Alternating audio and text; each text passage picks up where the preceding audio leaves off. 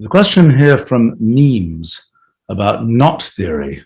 There's some question about what is knot theory and things about electron charges and knot theory, which is a little bit less clear. But let's first of all start talking about knot theory.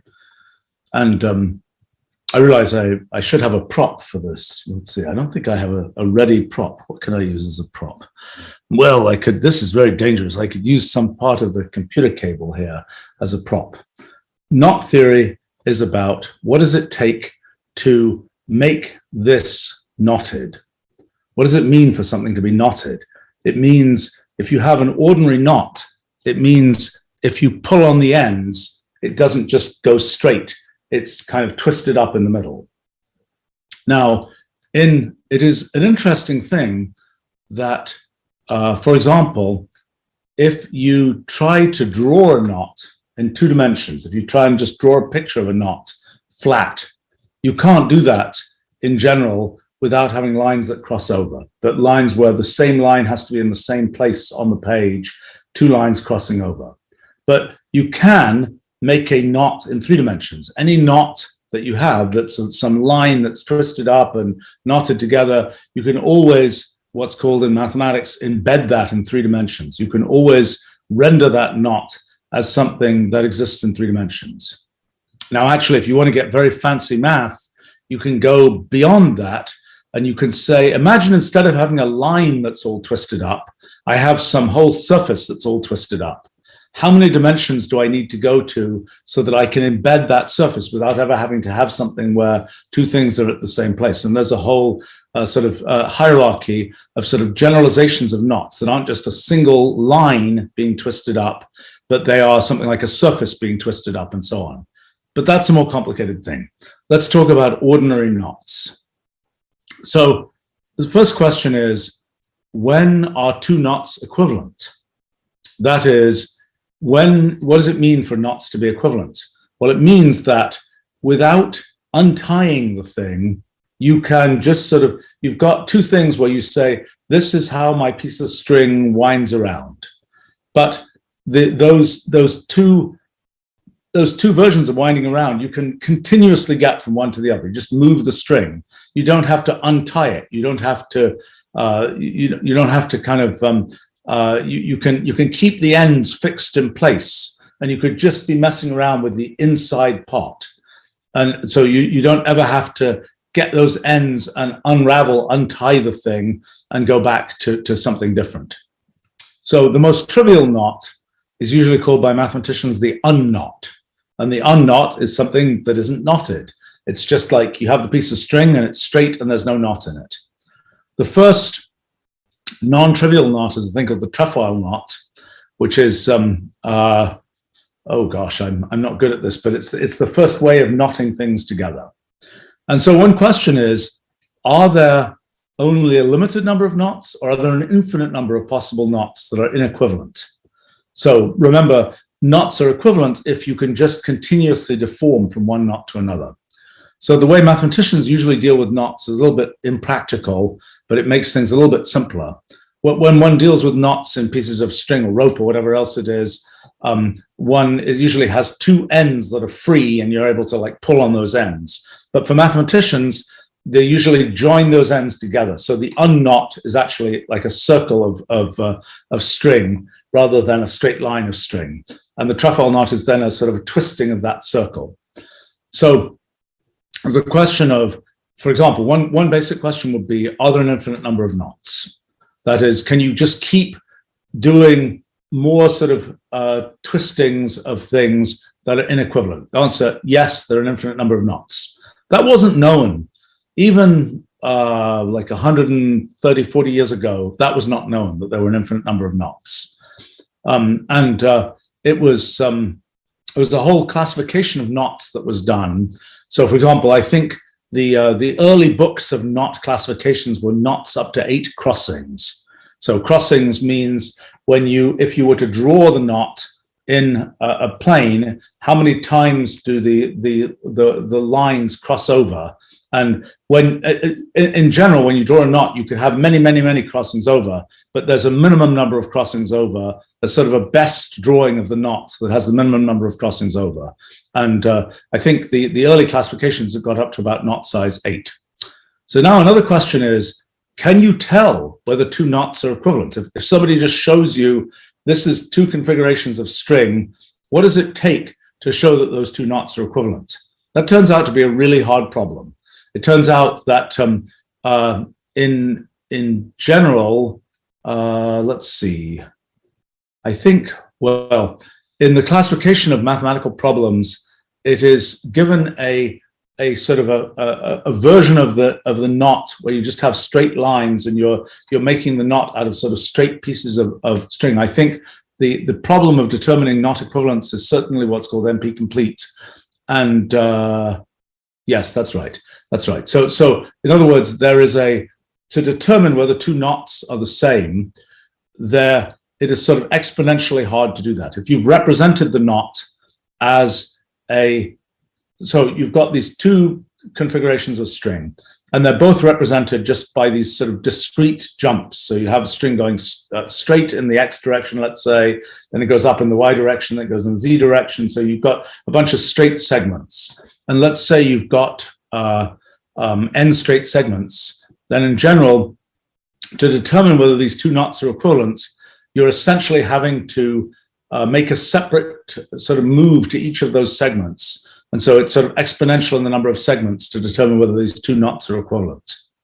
At least that's the best known algorithm. I don't think it's known for sure. Well, I think it's known. Yeah, I think it's known to be NP complete, which means that if you could solve the problem of knot equivalence, you could solve a whole bunch of other problems in computational problems. So it's probably really, really hard, probably irreducibly hard, so to speak. But so first question is, are two knots equivalent? So a bunch of progress was made about 30 years ago now in this question of are two knots equivalent? And what was done was there were a series of knot polynomials that were invented. So discovered, I should say. And so what that is given a knot with some structure, the question is there some aspect of that knot that will be unchanged in all possible deformations of that knot? And the answer is that there were these polynomials found which are characteristic of the knot itself and don't change as you deform the knot. So let me give you an analogy. So in topology, topology is kind of this area of mathematics that's about the general shapes of things. So in topology, there's this idea of the genus of an object. So for example, a sphere has genus 0. Genus is basically the number of holes in the object. So a sphere has genus 0, a donut with one hole or a torus has genus 1, a donut with 2 holes has genus 2. Okay, why is this relevant? Because the genus of an object doesn't really depend on the detailed geometry of the object. You can take the sphere, let's say it's a piece of dough or something, you can squash it any way you want. So long as you don't make a hole in it, it's still genus 0. But it is that these are topologically equivalent when anything which is sort of the thing without a hole in it is topologically equivalent to the thing to the sphere. And so it's the same kind of thing with knots. You're asking, when are two differently configured knots, in a sense, topologically equivalent? It's a little bit different notion, but it's the same general idea. And one way to characterize that, just like genus, number of holes, is a way to characterize the overall topology of things. So there are these knot polynomials that allow you to characterize the sort of the shapes of knots. And there are a few of these knot polynomials known, about 3 or so famous ones.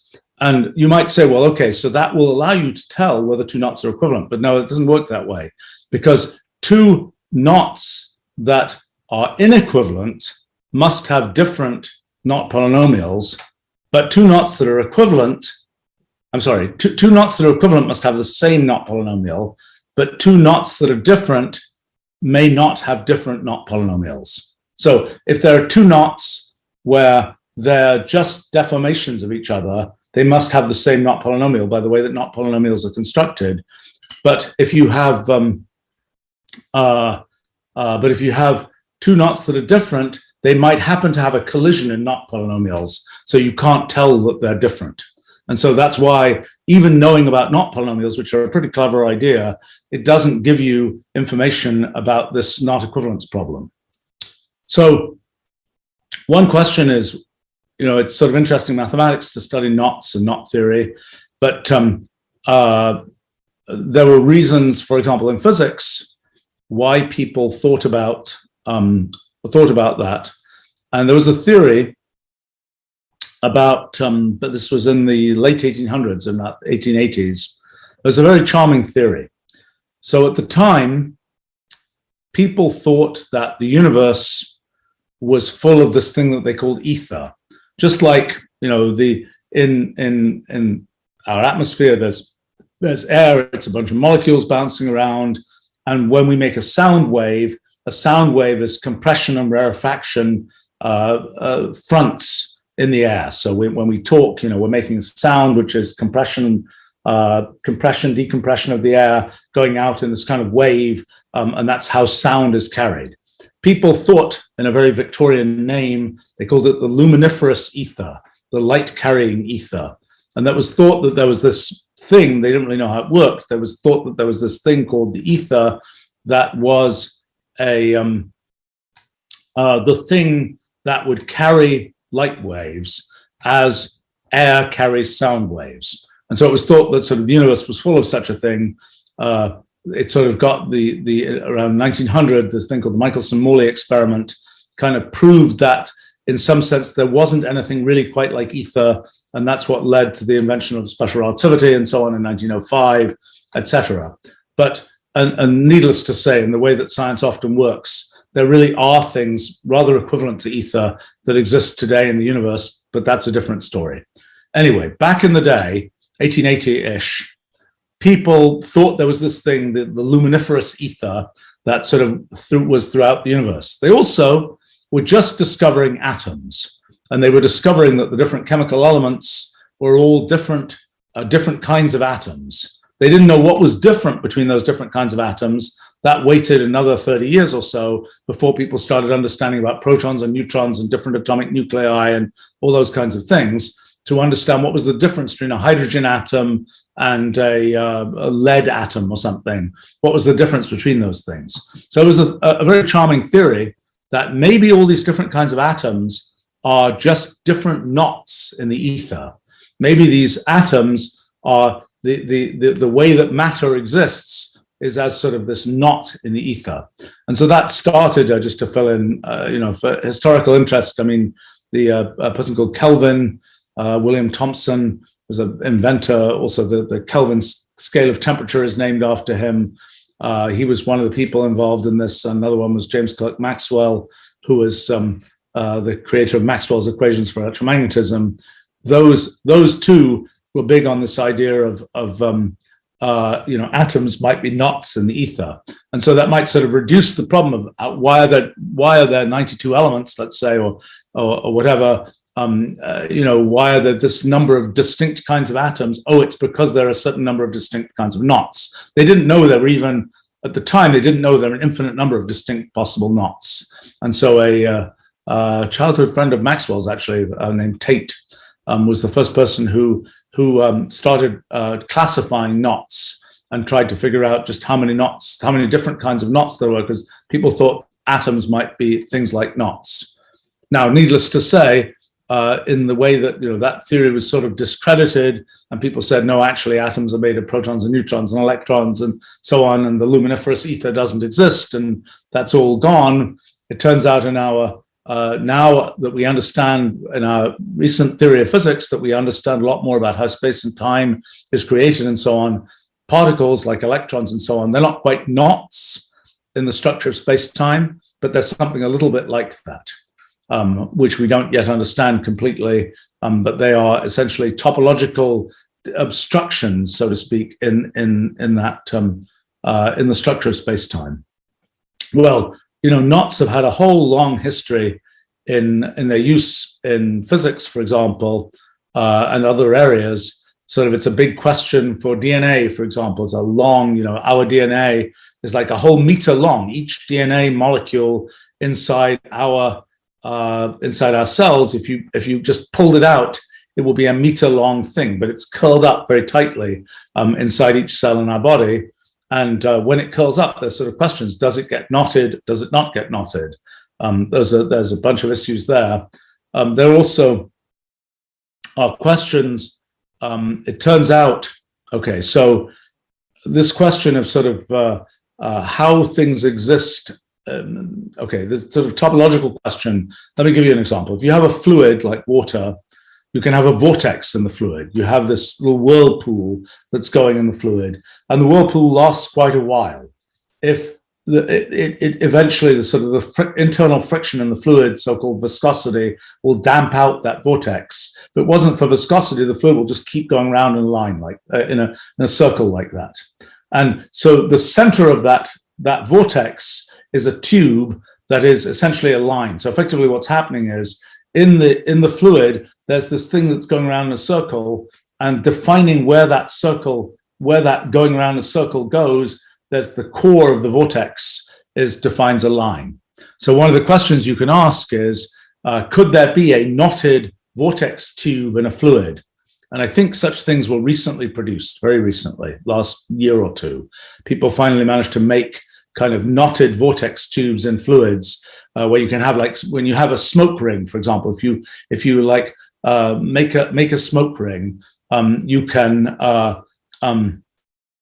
that's a vortex. It's a slightly more complicated kind of vortex. That's a toral, a motion of the fluid that's in kind of a torus shape. Again, it's using this kind of ideas of topology to have something which is a stable structure that in the fluid. And there are other places where you can get these kind of knots and things potentially forming. For example, in the early universe, you can potentially have it. That's actually getting us in a complicated story there about the kind of the formation of kind of areas of the early universe that have different structure and have sort of topological defects that are associated with things like vortices. So that was a very brief description of knot theory and its life and times. Knot theory has become it's a slightly off the beaten path in some ways thing in mathematics, but it has many connections that have been found to some very core ideas in mathematics to do with geometry and topology and so on.